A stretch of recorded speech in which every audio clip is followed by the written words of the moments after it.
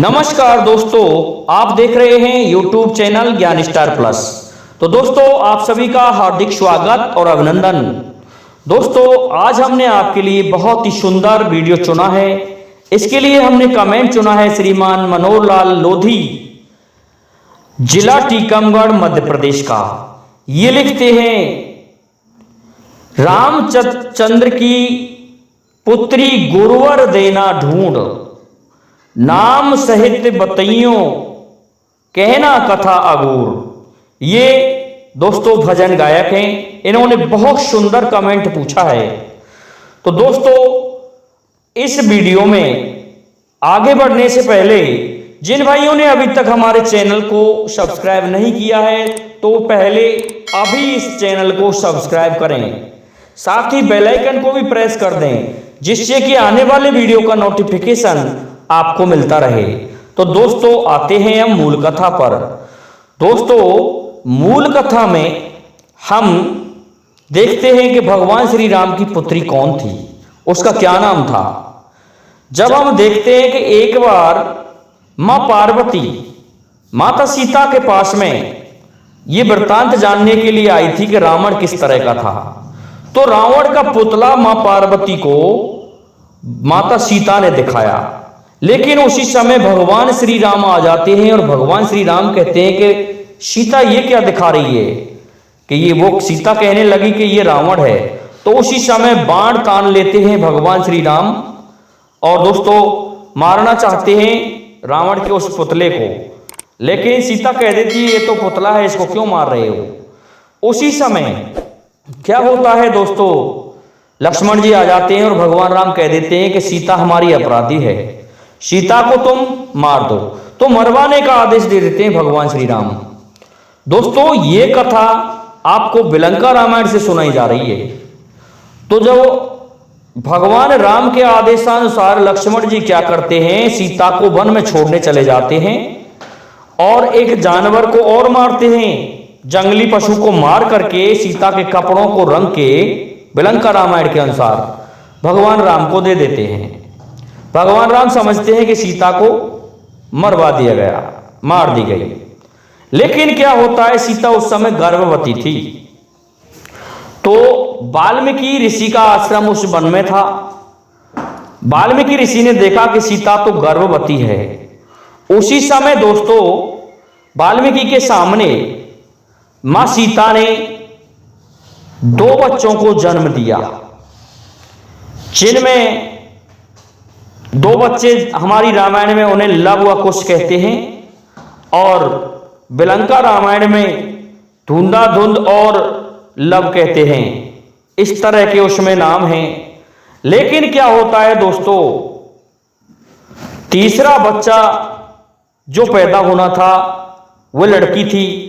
क्या हुआ, एक दिन मां सीता वाल्मीकि जी से कहने लगी कि मैं इस वन में से कुछ एक लकड़ियां इकट्ठी कर लाऊं, इसलिए मैं एक बच्चे को साथ ले जा रही हूं और एक बच्चा तुम्हारे पास छोड़ के जा रही हूं।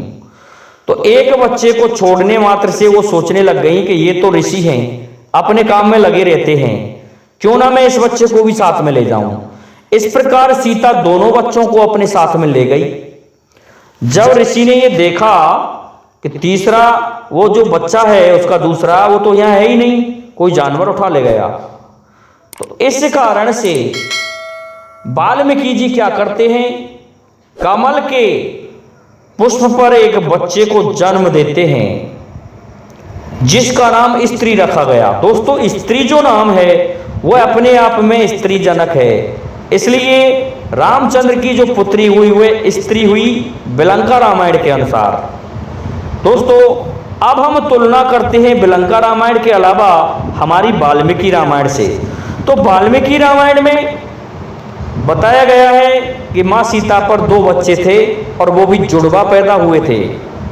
वाल्मीकि रामायण में यहां तक भी प्रसंग आ जाता है कि दूसरा जो बच्चा था वह पैदा किया था वाल्मीकि ने, जो कि कुश नाम था उसका, और वह डाब से उत्पन्न किया था। इधर हम आनंद रामायण में यदि तुलना करें तो आनंद रामायण में दोनों बच्चे मां सीता के गर्भ से ही बताए गए हैं और जुड़वा बताए गए हैं। रामचरितमानस में यदि तुलना करें तो बालकांड में हम पहुंचते हैं तो भगवान श्री राम पुत्रेष्ट यज्ञ करते हैं और माँ सीता गर्भवती हो जाती है। लेकिन उसी समय जो कथा आती है, वह धोबी धोबिन वाली जो कथा आती है, उसमें धोबी कहता है कि तुम दूसरे के घर रह के आई हो, मैं तुम्हें नहीं रख सकता, ऐसे तो भगवान श्री राम ही है जिन्होंने तुम्हें रख लिया। इस बात से माँ सीता को भगवान श्री राम वनवास दे देते हैं और वहाँ लव व कुश दोनों जुड़वा बच्चा पैदा होते हैं। दोस्तों, बिलंका रामायण में एक बात और अलग है हमारी वाल्मीकि रामायण से, रामचरितमानस से। वो इस तरह से है, वाल्मीकि रामायण में तो ये लिख रहा है कि रावण को अंत में भगवान श्री राम ने 31 बाण संधान करके समाप्त कर दिया था। लेकिन उसमें बताया गया है बिलंका रामायण में कि रावण जीवित रह गया था, रावण मरा नहीं था। और रामचरितमानस में रावण को 31 बाण चढ़ा के मारा गया है। इसी तरह से रावण को आनंद रामायण में भी मृत बताया गया है, भगवान श्री राम ने मार दिया। लेकिन बिलंका रामायण ये नहीं कहती है, बिलंका रामायण ये कहती है कि रावण बच गया था, रावण को भगवान श्री राम नहीं मार सके थे।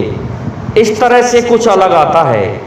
तो दोस्तों, इस तरह से धुंधाधुंध लव और तीसरा स्त्री जो कि रामचंद्र की पुत्री थी, ये बिलंका रामायण बताती है कि तीसरा जो बच्चा है वह लड़की थी और वह लड़की रामचंद्र की पुत्री हुई, क्योंकि माँ सीता ने ही उन्हें पाला था और वही उनकी पालक थी। इस तरह से भगवान श्री रामचंद्र जी की पुत्री स्त्री, जिसका नाम स्त्री था श्रीमान मनोहरलाल लोधी जी।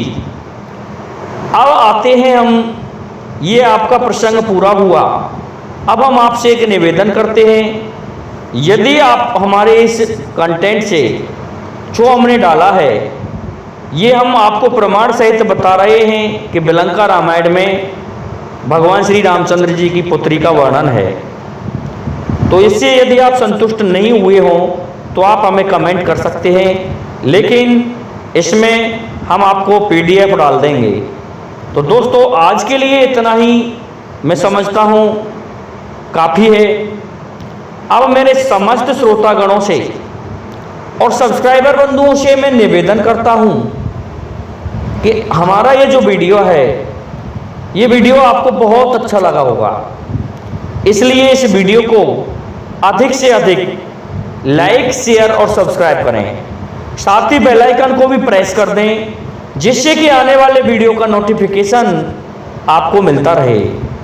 दोस्तों, मैं कई दिनों से देख रहा हूँ कि हमारे चैनल पर बहुत कम लोग क्लिक करते हैं, जबकि हमारा चैनल सबसे अच्छा चल रहा था। पता नहीं क्यों लोग अब कुछ नज़र चुराने लगे। दीपावली की वजह से कुछ एक लोगों ने कम इंटरेस्ट लिया, सभी व्यस्त थे। अब भाइयों, मैं आपके लिए बहुत रहस्यमय वीडियो इसी तरह से डालता रहूँगा। दोस्तों, जय हिंद, जय भारत, जय जय श्री राधे, जय जय श्री राम।